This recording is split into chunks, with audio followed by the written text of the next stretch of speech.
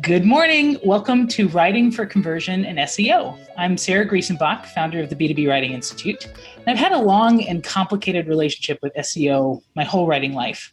And maybe you can identify with that. Maybe that's why you're here. But one of the main differences between marketing writing and literary writing is that we're writing to inspire action, or we're building a case for action, not just to feel surprising things or explore the world in a new way. Now, this is changing. One of the biggest trends in B2B marketing is borrowing elements of storytelling to write better content. But at its core, SEO is how we make good writing findable, and conversion is how we make good writing deliver results. So your responsibility as a writer is to make room for that reality, kind of like how the first caveman had to get used to writing with a pen instead of just telling a story. SEO is how our work interacts with the marketing ecosystem. It's a restriction and an opportunity. It's wrapped all in one.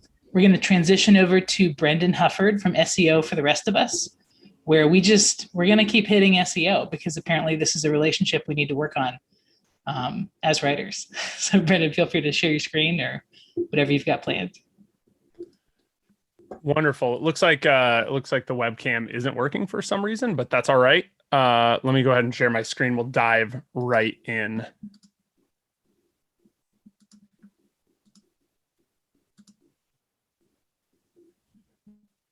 And we get the pinwheel. There it is. Perfect. Can everybody see my screen? Sarah, can you still see everything all right?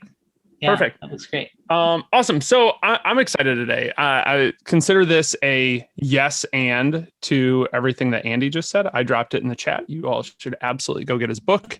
And I just I literally wrote down the thing about looking at what is sending traffic to FAQ pages and also putting heat maps on FAQs. That's such good advice. So I'm super excited about that. I'm excited to talk to you today about a couple different things when it comes to SEO. First of all, how to talk to your CEO about SEO or your clients or your client's boss or whoever that is. If you're doing any sort of content work, how do we talk about SEO to executives? I'm going to share with you my 55-year-old SEO framework. And you're like, Brendan, Google isn't even 55 years old. How is that possible? Trust me, it is. We're going to talk about how to write content that ranks and converts. A lot of times people see those in opposition, right? I either have to appease my Google robot overlord or I write something that makes people buy things. Not true. And I'll share with you the number one Google ranking factor that nobody talks about, as well as why they don't talk about it and why the people that do don't talk about it very often. If you don't know me already, which I'm assuming is probably most of you because I'm not super famous, my name is Brendan. I run SEO for the rest of us. I've been featured in all of those websites. I've been the director of SEO at 2 different agencies, actually currently working growth at Active Campaign. And in a former life, I was a teacher actually for 10 years. I was a high school teacher. So I'm either your favorite high school teacher that you had or the one you couldn't stand. We'll decide how that goes in the next 30 minutes. But I'm also here for some dad jokes, hopefully. I don't want to make this super overwhelming. So really what I want to do is give you the 20% of stuff that I think about every single freaking day. And then how do we make that into 80% of the results that I get, but for yourself?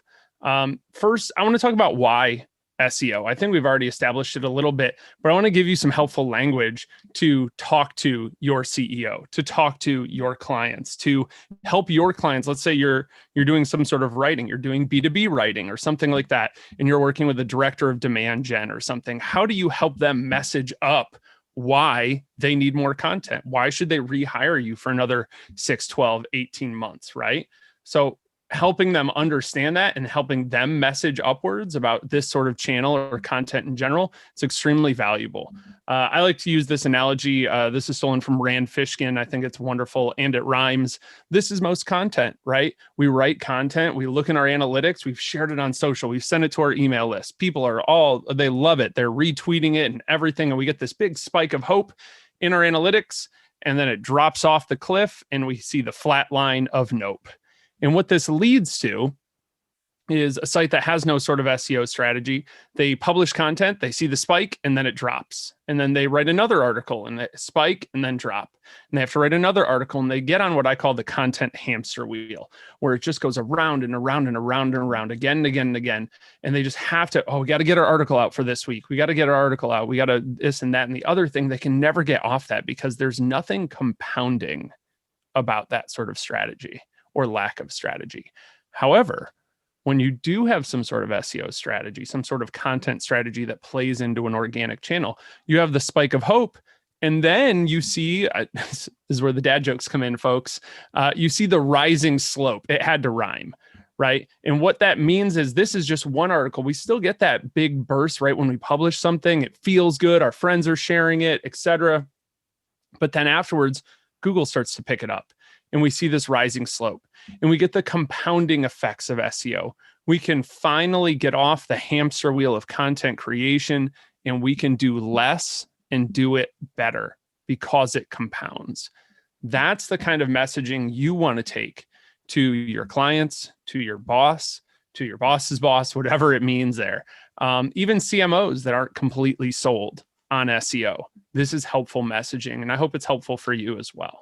Other messaging that's helpful. Rank matters, right? We can produce this content if we're producing it to get traffic from search. Sometimes it's a zero-sum game, right? You're either ranking number one or you're not. So rank does matter. Most of the clicks are going to go to the top of what ranks at the top of page one.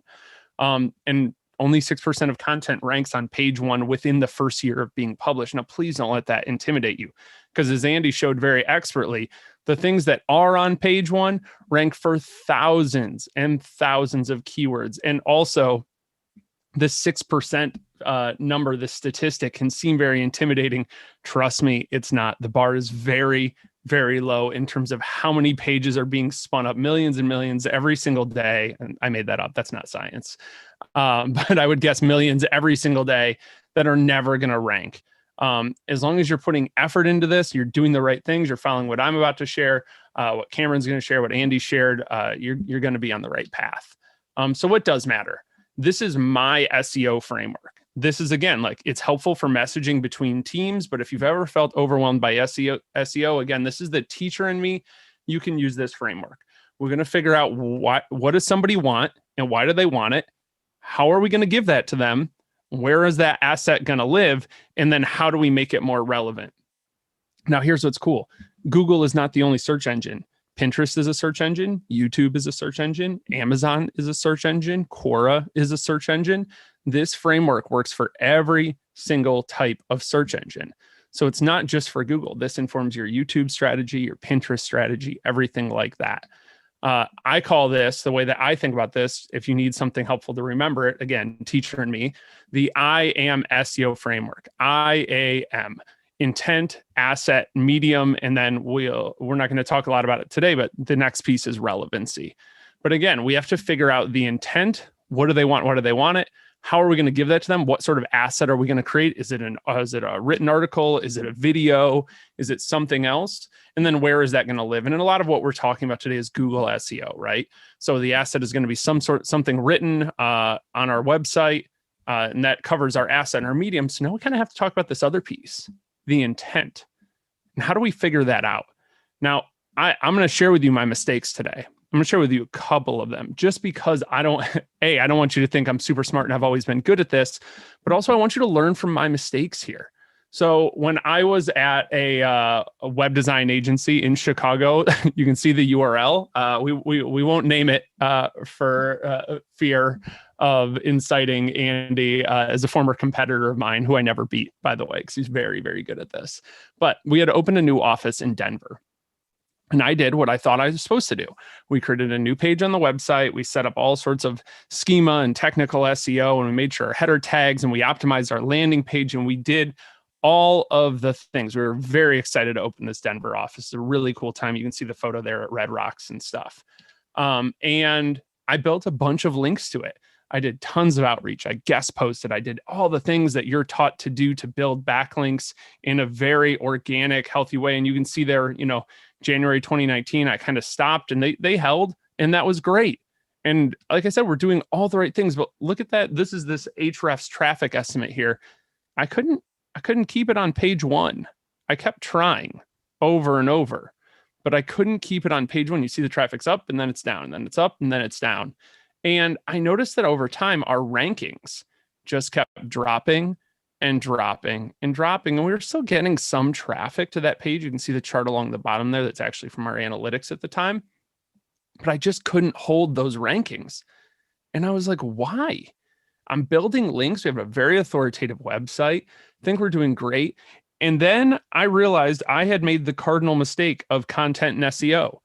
I hadn't Googled the thing I was trying, no joke, this whole time. We've gone through so much work. I hadn't Googled what we were trying to rank for. And when I did, I noticed a trend. And you can see it here very accurately. Homepages and aggregators. And if we went back a couple slides, you remember mine was a /Denver page on the website. It was not a homepage and it was not an aggregator. And Google had figured out at that time that that's what people wanted. They want a fully localized web design agency where they want to pick from an aggregator. And that was problematic for us. So the genius move that I figured out at that point in my career, based on that colossal screw up. Oh, it also hurt our rankings in Chicago, where we were based, because now Google's like, well, you're multi-location. You're not just a Chicago website, so you're going to drop those rankings too. And that was really hard. So the genius move was understanding search intent. Shout out to anybody that gets the cruel intentions joke here. And I was like, all right, I need to understand search intent. So I started reading all the blogs. Right? Here's one from Ahrefs.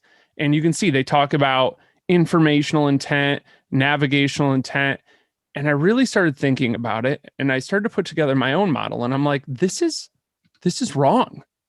Nope, wrong. Sujan Patel, brilliant marketer, great founder. Search intent matrix, transactional, informational, navigational. Wrong. Oh, here's an article from Yoast. What do we see again? Informational, navigational. This is from 2018. We're time traveling back now, friends. Also wrong. Where did this all start? I had to find out. We're all talking about search intent. Like, how is that helpful, right? Oh, it's informational intent. They want information. Well, as a content creator, I'll just give them information and my blog will rank, right? That doesn't make any sense. This came from 2007, my friends. I had to go in the Wayback Machine to find this, right? I had to go to the archive.org Wayback Machine to pull screenshots. This came from a blog that Rand Fishkin created in 2007. And is he wrong? No, he's not wrong. But I think a lot has changed in SEO in 14 years. Wouldn't you agree? Right? Like, we have an image here of Yahoo search. This is very confusing. Like, do any of you use Yahoo search? This is really old. And the worst part is that we're still using this because it's an industry way of talking. You can't see my camera, but I'm using air quotes, I promise. It's like, this is just how the SEO industry talks about this. But as a writer, this would make me want to scream because I don't know what to write if they're like, well, it's an informational intent. So I just give them information. We have to have a better way. And what I realized is that there was a lot of other things that were popular in 2007 other than this. Just to give it context, if you're old like me, Chocolate Rain and Leave Britney Alone were popular in 2007. Don't get me, Chocolate Rain is still pretty cool. Leave Britney Alone, maybe a little bit less. I don't know.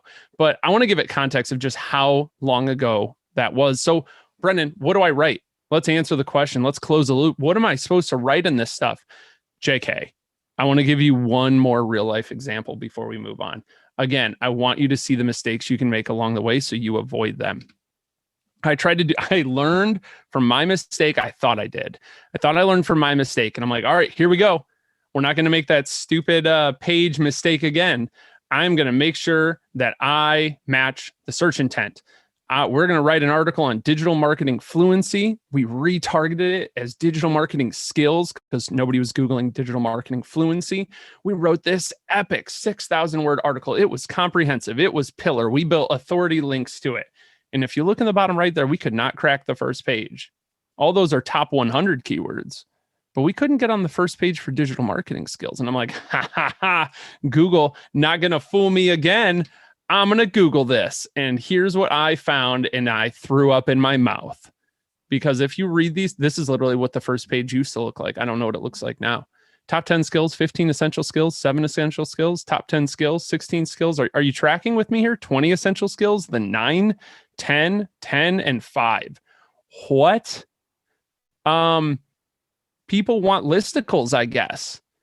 But does anybody really want a listicle ever? Does anybody ever want a listicle? Do you ever Google something like, man, I really hope I get a top 7 article in here?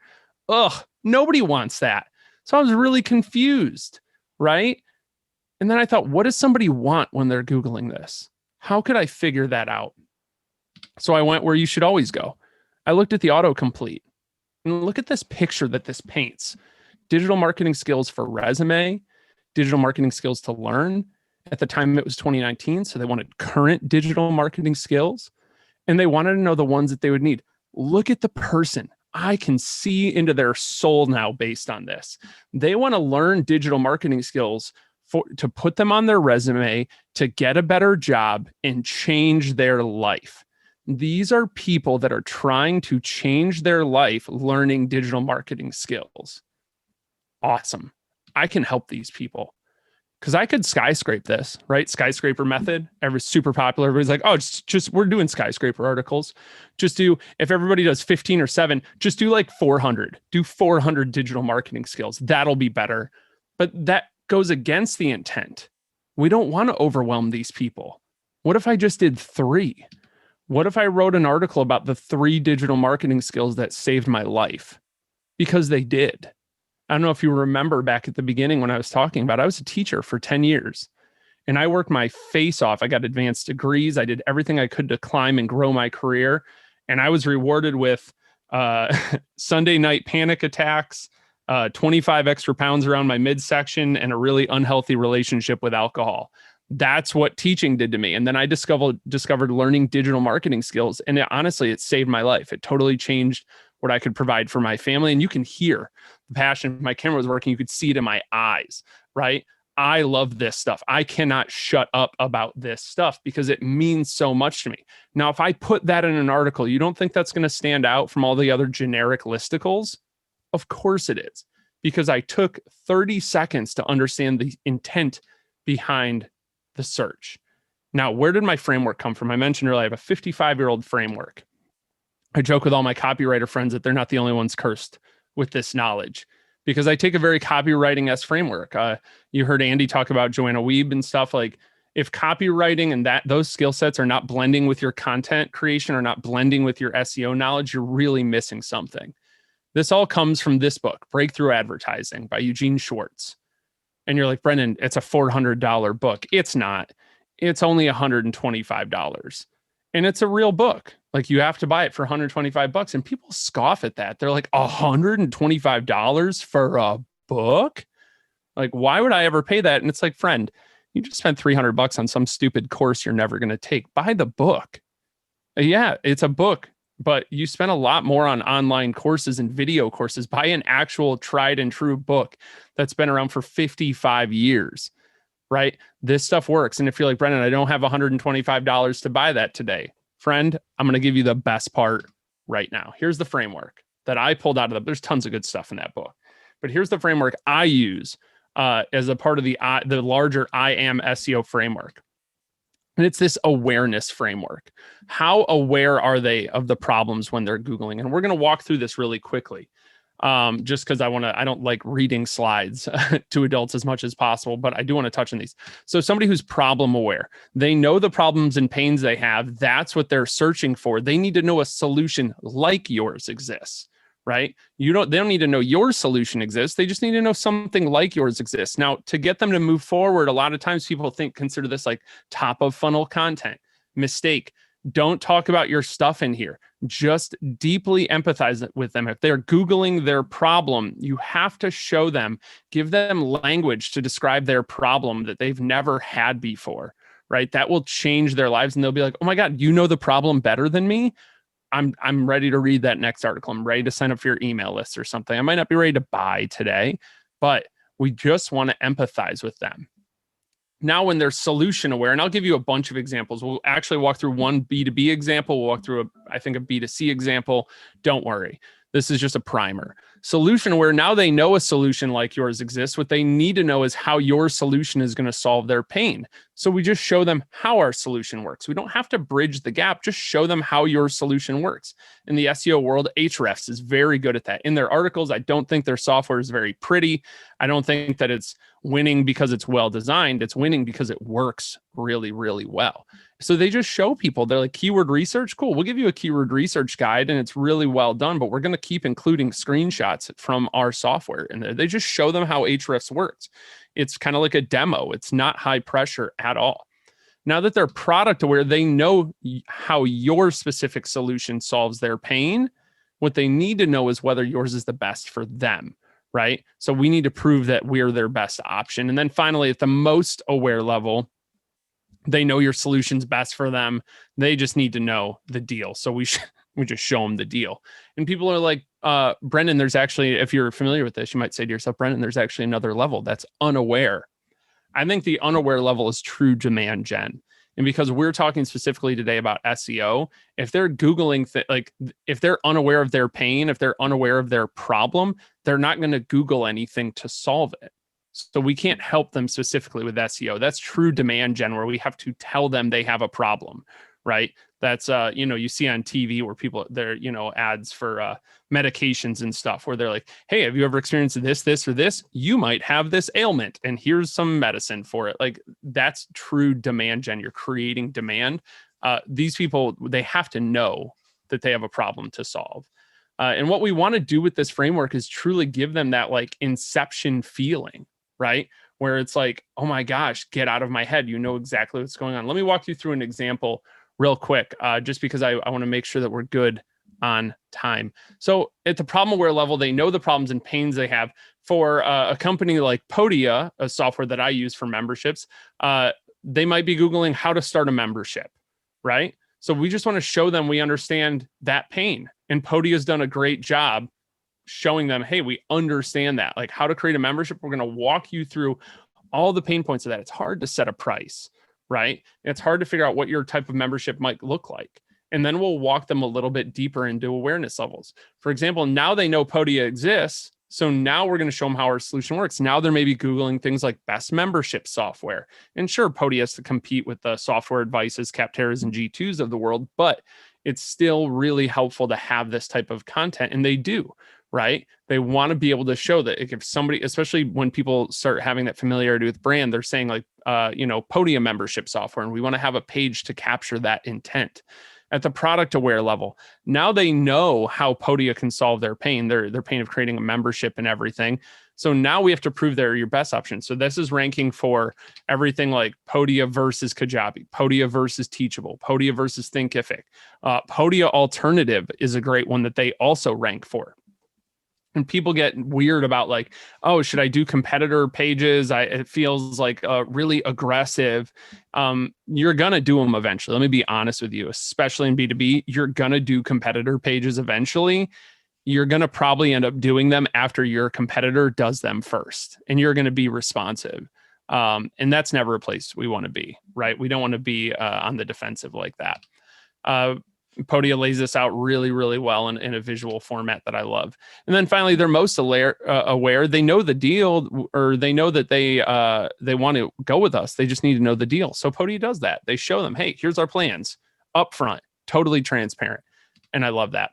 Now, does this apply outside of marketing? Because a lot of my examples are like in the B2B to B2B marketing to marketer space. Of course it does, right?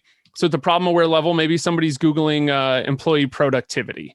At the solution aware level, now they know that they need to increase employee productivity. They need time tracking software. At the product aware level, they know that Clockify is one type of solution for that. So maybe they're Googling Clockify or Clockify reviews. Maybe they type the word reviews twice because Brendan left a typo in there. And then at the most aware level, they're looking for Clockify pricing. So this works outside of the marketing space for sure. Now, if you're like, hey, Brendan, this was a lot. First of all, thank you for coming to my TED Talk. Second of all, if this felt like drinking from a fire hose, because it was quite a bit in 30 minutes, I actually took all of this I made it. And sorry, Sarah, I didn't ask about this first, but I wanted to give people something to take home with them. So you'll get the slides, you'll get this recording and everything. But I made 10 of these available. So I have a 30-day challenge. It's called the Rank and Convert Challenge. Super lightweight sales pitch here. But if you're one of the 10 people that sees this, there's a link at the bottom. I'll drop it in the chat. You can go grab the challenge for 50% off. But I think that that's a really good way. If you're like, hey, I would love to implement this. How does this actually look as a system? This is the best way to do that. So I'll drop that in the chat. But I really appreciate everybody. If there's any questions, I would be more than happy to answer them. Let me see if we can get the camera working again. But if not, we'll keep it rolling. Cool. Once again, I've got all the questions, so please put them in the chat. But I love that you had an offer, because part of learning about SEO is to do that kind of internal work as a writer and see if there's a connection here that you want to pursue this as a specialization. So everyone needs to know about SEO just to be a good writer in the space today. But some people will be really drawn to it and kind of go down the rabbit hole and really build a business on this kind of stuff that gives you a lot of, shall we say, empowerment. So I love that. And I am looking at all the questions that I have. Let me go with, there's a lot of talk, I think, where people make the case it's better to have less traffic and higher conversions, because you're speaking to the right people and then they take action, and that's the goal. But a lot of the time it still feels like a numbers game, and you still want to impress people with all the traffic and all the interest and stuff in the content that you're making. So maybe what's your take on quality versus quantity when it comes to leads and content? And then are there any cases where it is better to go just for the sheer numbers of traffic? Yeah. So great question. So I think it depends on the maturity of the company. And sorry, so the camera's still being a little funky, but the maturity of the company matters a lot, right? Like if you don't have revenue, you need revenue. So I would start, if you were using my framework, right? I would start from the bottom up. I would make sure we have the right landing, like anything that people are Googling with our brand name attached. And you can probably see a lot of that in Google Search Console. Make sure we have the right pages for when people are looking for those things, right? Let's say you're more enterprise, but you're kind of still starting. You want people to hop on sales calls to explain the value of your product. And this is very like a SaaS marketing approach, but this could be true for anything. But you don't have a pricing page. You're like, well, why would we have a pricing page? We're not going to put pricing on it. People are Googling that. And if you're not getting that traffic, they're going to G2, and G2 is selling that person's data to all of your competitors, right? You want them to land on your website and then talk to sales. So things like that matter. I would start bottom up. If you already have a lot of that, we could call it sales enablement content or something like that.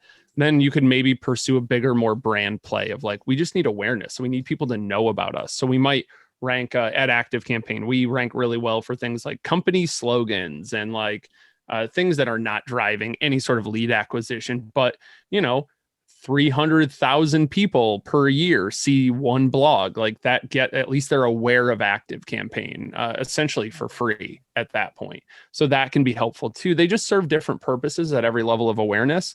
But if you need money, start bottom up. Here's a tip that I use all the time is I talk to my sales team, my success, I call it the 3S strategy: sales, success, and support.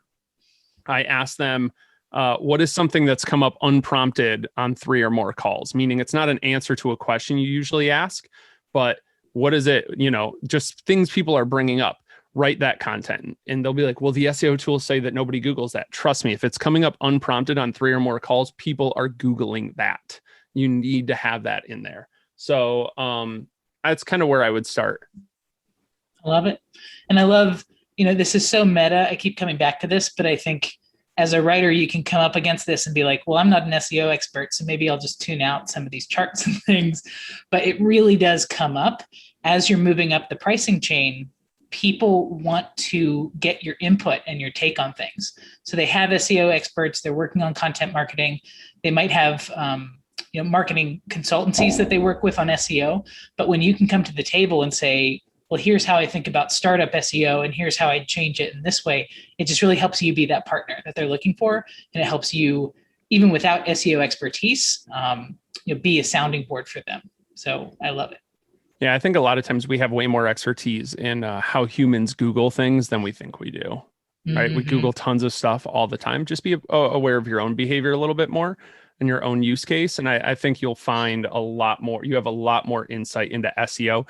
It's not about like, there's plenty of people that love to nerd out about like href language tags and all of these like things. That's like above my pay grade sometimes. I just like selling stuff. I like writing words that I think I stole this from somewhere, that open hearts, minds, and wallets. And I think you can do that with SEO as well. Nice. So I did see a question that I missed, Anupriya. How do we explain the value of SEO to leadership who are more focused on lead generation? Yeah, great question. Nice. I think I don't want to punt the answer to this, but I think it's a little bit related to what we were just talking about like, let's start with the content and the things that are closest to the money, right? The people that are most aware of our product and then are maybe more at a product aware level and then a solution aware level and then, problem aware. And we'll work backwards up that chain because that stuff that we're writing there is going to generate leads a lot more readily.